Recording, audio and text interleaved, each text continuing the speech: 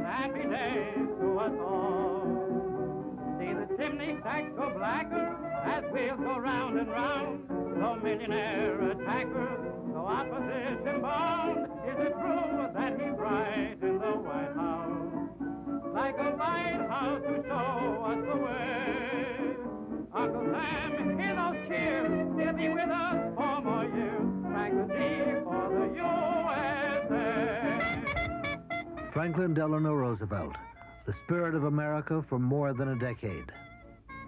And his wife Eleanor, who in her own quiet way opened the door to American public life for all women. We still feel the changes they initiated in our society, more so because they reached us emotionally and personally. They set a new world in motion. They lived in simpler times, but they had the ability to see and shape the future.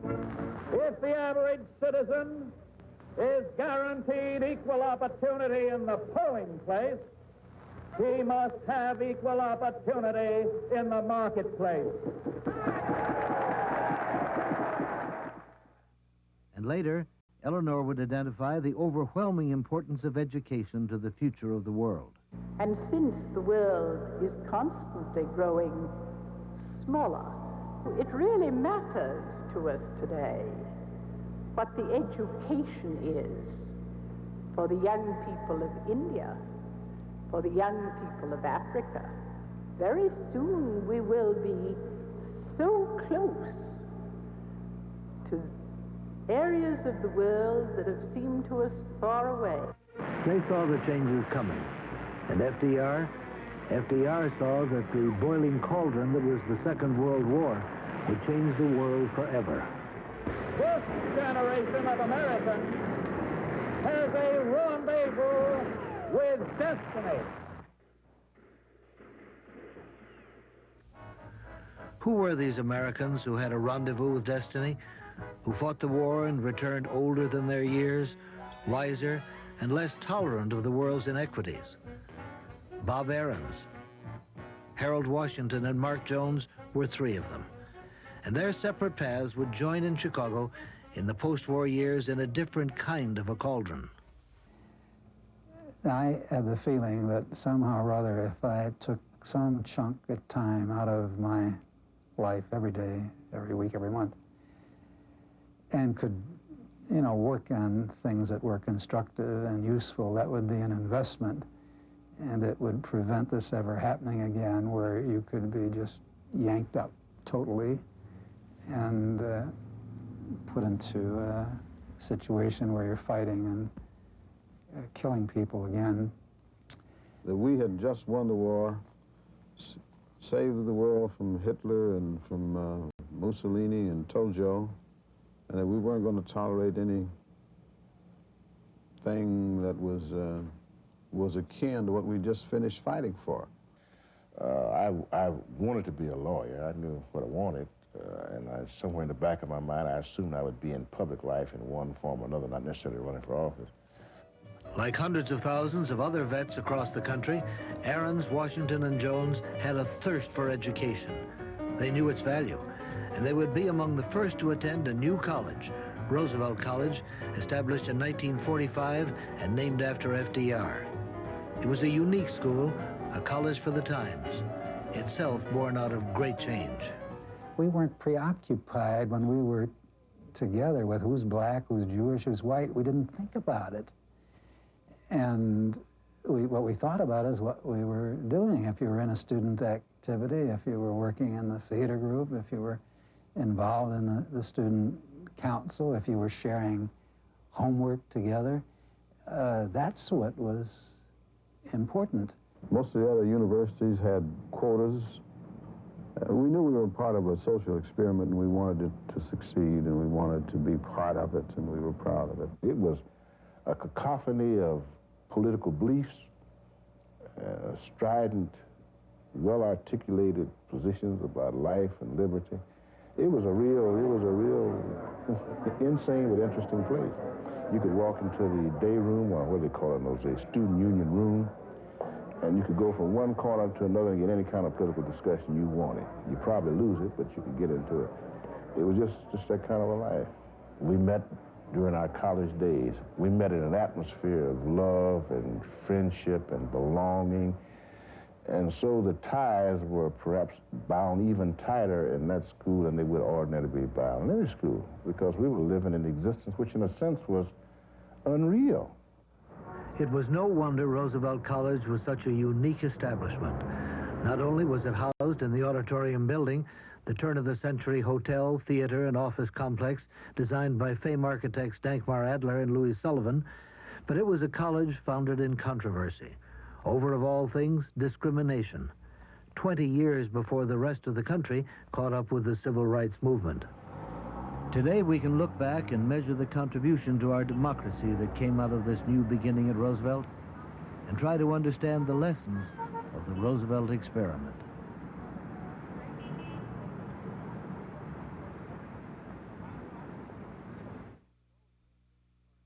There has always been a certain far-sightedness about Roosevelt, no less than you might expect from Edward Jim Sparling, founder and first president. One of 12 children of a California lumberjack, Sparling traveled a circuitous route to become a highly respected educator, aviator, salesman, swimmer, teacher, then in 1936, president of the Central YMCA College. Along the way, he developed a deep-rooted dislike of the discriminatory quota systems in American education. And soon enough, he was in war with the Y College's board. In February 1945, he was told to look for another job, even as he fought to prevent the directors from using a head count of black and Jewish students to establish quotas. Within weeks, 55 of the 88 teachers at the college had resigned, and at a mass meeting, 448 of the 450 students voted to join them. Jim Sparling found himself with a teaching staff, a student body, and no school. A $10 personal check garnered a state charter. Space was found at 231 South Wells, and on September 24th, 1945, Roosevelt College opened with 1,200 students. 6 months later, the makeshift college received full accreditation. Albert Einstein, Adlai Stevenson, Ralph Bunch, Marian Anderson, Thomas Mann, and Pearl Buck all joined with Eleanor Roosevelt to form the school's first advisory board. 4 years later, Roosevelt had 6,000 students and had acquired the abandoned auditorium building on Michigan Avenue, where classes carried on in the midst of major construction work. Reporters from around the country followed the story, a story based on the premise that a college education at moderate cost should be open to all races and all sects without discrimination. There were others too besides the vets, working people, some older, many married and supporting families. Typically, they were the first ones in their family to go to college. It was open enrollment. It was a new school. They were waiting. I went. I was brand new. They were brand new. In 47, we went because it was open. Yes, and I preferred going to Roosevelt. I mean, that was a clear statement of how I felt about the school and what it meant and what it stood for. I think it was a really very fundamental combination, A, of an opportunity for a good education, and B, an opportunity to sort of stand up and be counted. You weren't just giving lip service to, you were living and enjoying the process of intermingling and developing relationships with all kinds of people, and it was very exciting and very vital, and I think that this was the basis for most of us, that it was a combination of being a live and vital person in something that you believed in and getting a damn good education. And you weren't alone at Roosevelt, because you had other people with you who were thinking the same thing, and if you uttered a word like Jew or black, no one lynched you. No one thought it was terrible. And that you can go up to Harold Washington and go like this and pinch his cheek and kiss him on the forehead. No one dropped dead because he was black and you were white, and that didn't make me a bad person. That didn't make him. And in those days, you didn't refer to them as blacks. In those days, we were still referring to them as Negroes. And because Roosevelt was different, it attracted national attention. Newspapers and magazines told its stories, celebrities joined Roosevelt's cause, and helped spread the word.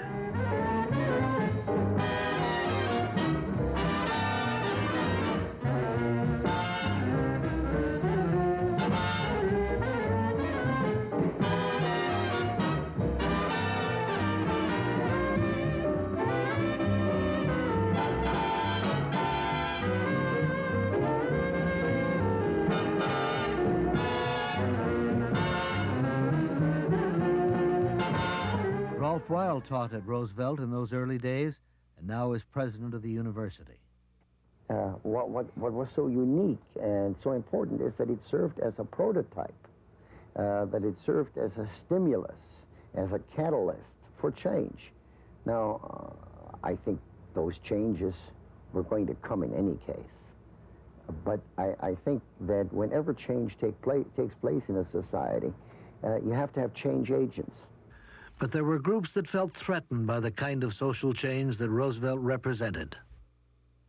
The fact that we did not discriminate and that we were named for Roosevelt was enough to alienate a substantial portion of what was then the power structure of Chicago. There were other problems, of course. An episode in 1948 with the Broyles Commission during Illinois' mini-McCarthy era. Oh, Roosevelt had a terrible reputation in the business community. It was seen as a communist school. If you walked out of the front door of Roosevelt, and if you happened to be talking to a black at the time, or if you reached for a hand to say goodbye, people actually looked at you. You know, and you had to keep And that's all it took. The fact that you had contact with a black made you a communist. And that's where we got That's where we got it, and that's where we had our reputation. According to Senator Broyles, you had to have something else. You had to have horn-rimmed glasses and wear your hair a little lower than collar length, as I recall.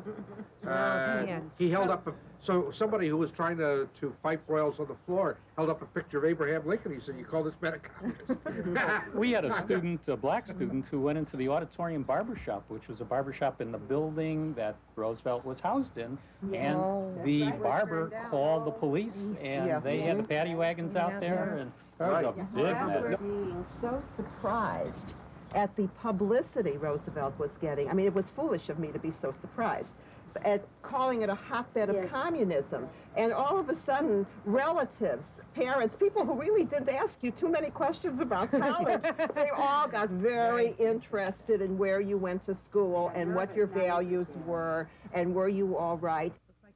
Still, Roosevelt maintained its cherished independence and remained a large step ahead of its time. Roosevelt was the first non-black college to recognize the importance of the work of Dr. Martin Luther King, Jr., honoring him with the Humanitarian Award in 1957. Stand back! No, stand back! But the school would feel the challenge of the outside world again. In the 1960s, Roosevelt experienced the same upheaval that jarred colleges across the country. While the riots of the Democratic Convention of 1968 were taking place just across Michigan Avenue in Grant Park, black students sat in to obtain a black studies curriculum. I was never so amazed when I walked into the lobby on the Michigan side and saw all these black students and white students down there in the lobby demanding a black studies program, shouting, "We want black studies, we want black studies." And I sat off to the side and I found this absolutely amazing, particularly with the young whites down there shouting, "We want black studies." I think that the mix is very important in why students felt they had the guts to make the kinds of demands that they were willing to make. That courage was rooted in this whole sense that black folks either were going to rework this system or we were going to pay the price that was necessary. In fact, that was a phrase that was coined.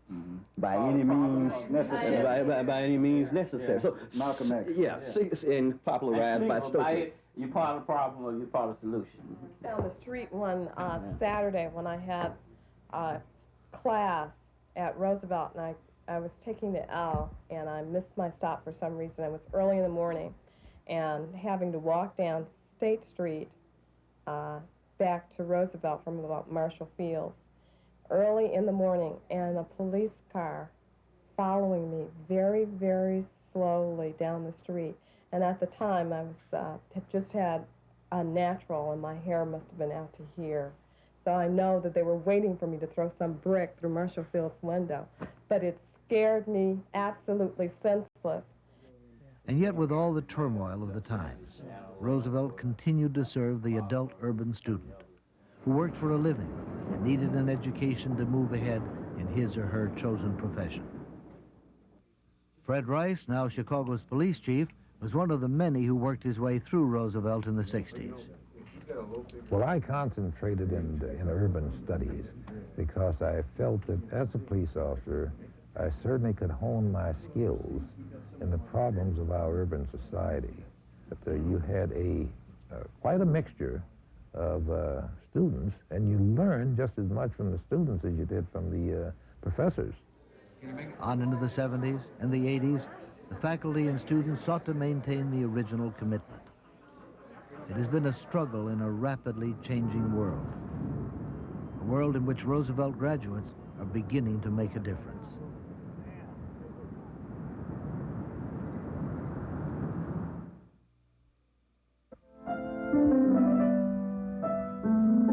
Housed in the priceless heritage of the Louis Sullivan Auditorium building, a hotel, theater, and office complex, Roosevelt University has given new life to an historic and architectural landmark. Bob Ahrens, a former student and later vice president of the university, today serves on the Auditorium Theater Council. It had been used during the war as a USO, where I'm sitting, and around me there were bowling alleys that had been installed. You looked at it and you could almost want to cry if you'd been in the theater before and knew what it had represented.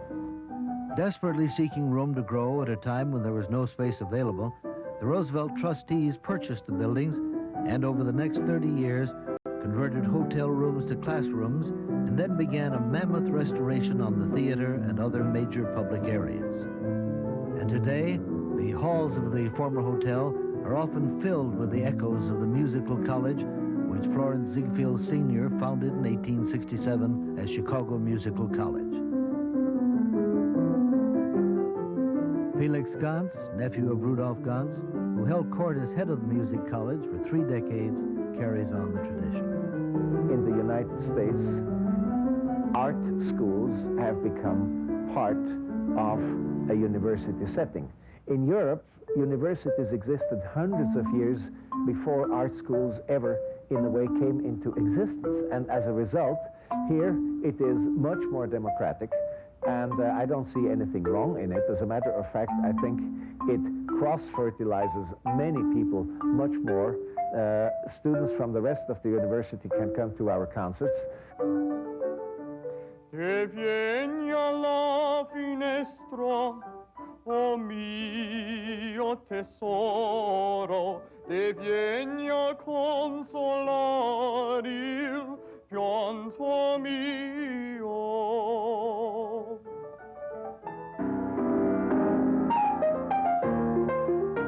As you might expect in Chicago, at Roosevelt, jazz has also been king, covering yet another spectrum through such outstanding musicians as Ramsey Lewis.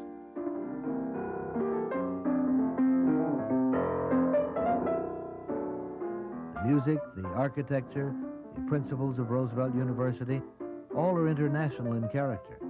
And as Eleanor Roosevelt served the United Nations for so long, so Roosevelt University today still serves an international student body.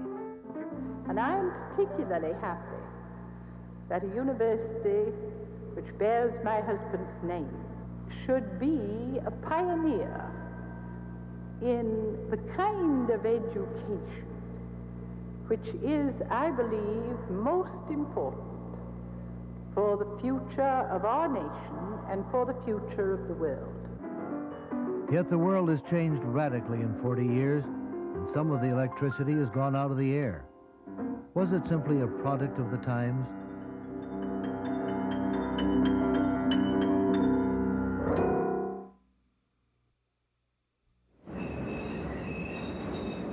Roosevelt University, probably more so than any other university you're going to find in the country, has a history and a commitment to the notion of the empowerment of urban leadership. What that means is that in large part what we have to do as a university is attract people who have a commitment to the quality of urban life and then provide them the tools and the resources, the education, the self-concept and so forth, to be able to apply those in a more effective and efficient manner, to be good administrators and managers of the urban good they're trying to accomplish.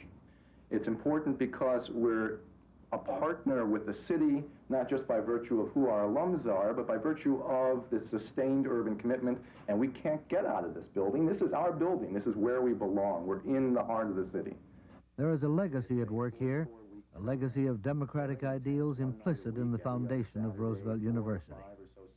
What is different is the openness, the real belief in equality, and because of it, the dedication of its graduates to public service, a timeless benefit to Chicago, the nation, and the world.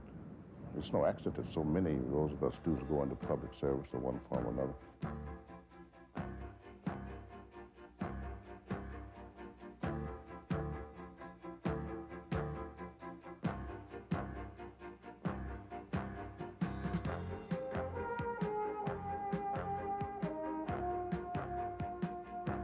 In Chicago, it means something that you were a leader someplace.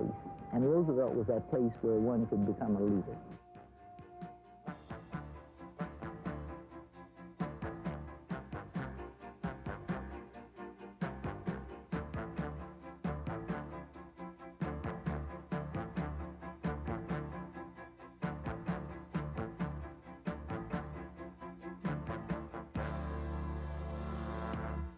Roosevelt never meant to me the saying afterwards, but what could I do? Because it meant that we did and could do and would do and did do and have done and are doing those things that we think ought to be done. And I think that it's now, this is a cant of a whole generation of people. But then it was Roosevelt College. If there is a final formula to the Roosevelt experiment, perhaps it is as simple and as complex as a poem Jim Sparling passed on to one of his students. They drew a circle and left me out, rebel, heretic, one to flout. But I had the wit and the will to win. I drew a circle and left them in.